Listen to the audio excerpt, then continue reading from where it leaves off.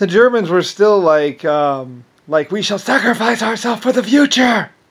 Anyway, that was pretty much the German outlook on it. Like I say, the Germans and the Japanese were both together in the idea of sacrificing for the future, and basically to stem the tide. I mean, most people looked at German soldiers like they were gods because they didn't care what people said. They didn't care what people thought. They knew what was true and what was right, and they knew what they were doing. And they would die for their country and for their honor, just like Japanese. A German soldier was just as fanatical and just as trained as a Japanese soldier, which was really trained. I mean, it was almost impossible for JFK or the black Africans to even get into Germany. They just, they couldn't even get in. They couldn't even get near. Like Germany, like we caught them, we arrested them, and we were deporting them. There was no possibility of any disruption of anything in Germany, or Japan or Russia. I mean, and it was clear that it was the black people that were mostly doing this thing. And like I said, I mean, we watched the videos. We saw what they were doing, with the color cards. So we knew everything that was happening. I mean, all it was some really black people and some really white people. And they were just using high-powered weapons to try and get in. And they mostly just died.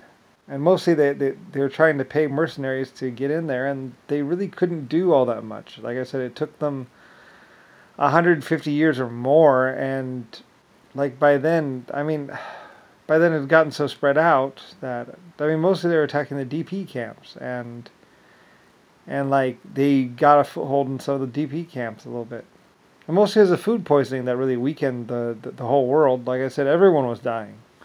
And, like I said. And it was really like the South Africans had been able to nuke 3 cities. So it was a real problem. And they kept on nuking and kept on carpet bombing. I mean, it was a massive, massive war. It was all out war too. We were hiding underground. And they still weren't able to do much. Like I said, we were just living underground, like boom, boom, boom, every day. Every day they would pound the cities or pound the what's called. And they, like I said, in the end, they just assumed that everyone had died underneath the bombing.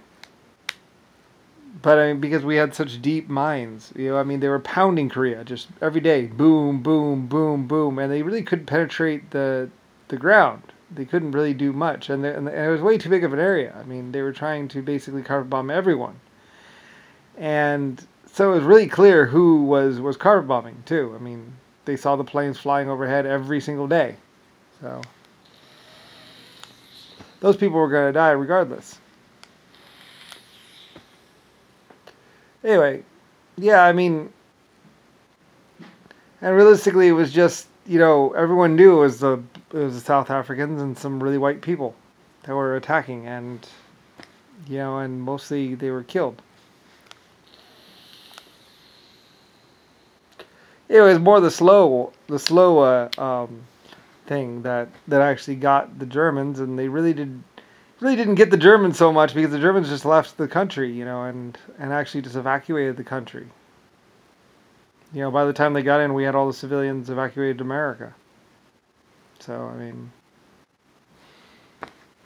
it's mostly this media thing that actually they were blaming the Germans for the DP camps, but the DP camps weren't even really Germans anymore, and they weren't even in Germany. Like I said, they kept on going, oh, the Germans, they're doing all this stuff, and like those DP camps were in like Africa. That's where all the bad stuff was happening, was in Africa, and in the South African DP camps, and like they weren't even really related to the Germans. They had been overrun, and basically it was just they were just destroying everything. So running through the streets with tanks, and it's like, well, that really has nothing to do with us, and everyone knew it. Anyway, and I was just leader of Germany, but nobody really stopped or realized that I was also the leader of America. So, I mean, it was just all crazy, and Germany was like, it's crazy. These people are nuts.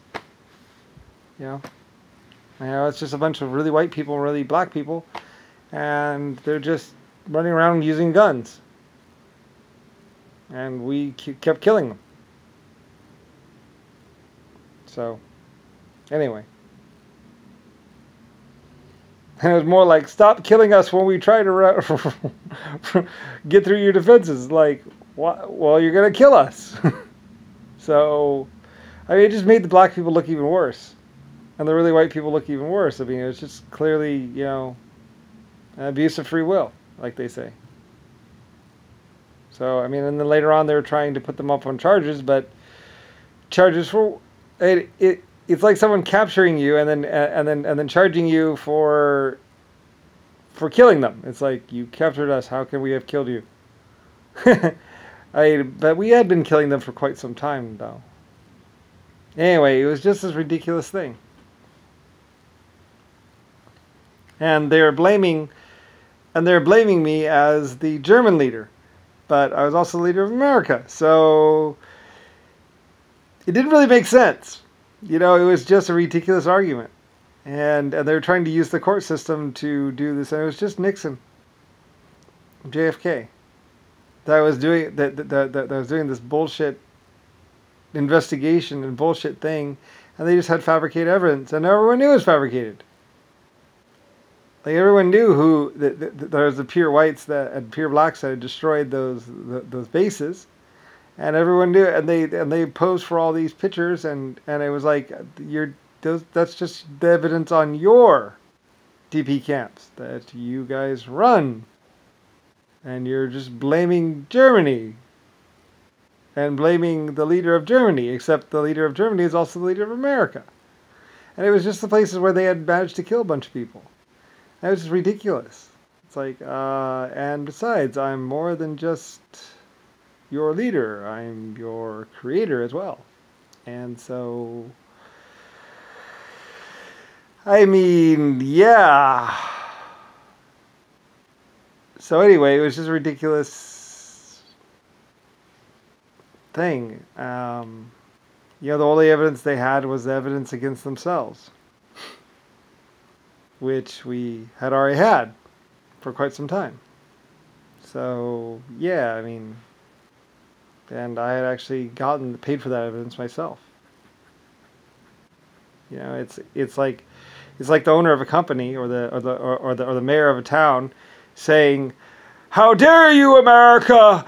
How let our cops roam through the streets and kill indiscriminately?" It's like, that's your town with your police officers, and they're not really police officers. Those are just the people that killed the police officers and are now wearing the uniforms, driving around shooting people.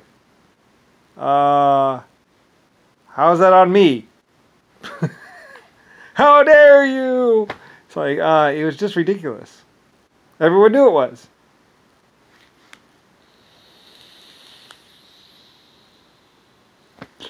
And like I say, it was basically just a bunch of people saying, the creator is bad, cast out Lucifer. It's like, Lucifer stars your creator and the creator of the sun and 800 other galaxies. So, yeah, you're crazy and you just want to steal and kill. And that's not really right. And you should be in jail or shot in the head. And everyone knew it.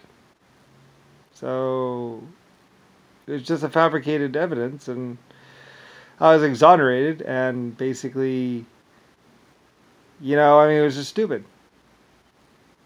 So, and I wasn't even around, really. They couldn't even find me to kill me, to hang me for war crimes that they had committed. So, yeah. And it was actually, they were using the rental submarines to destroy ships, and they were saying, how dare you let us rent your submarines that we actually stole from you to blow up submarines, to blow up ships. It's like, well, you stole them, and then you got torpedoes illegally and blew up ships. That's not really on me. And they were just doing this frivolous lawsuit against the submarine rental company.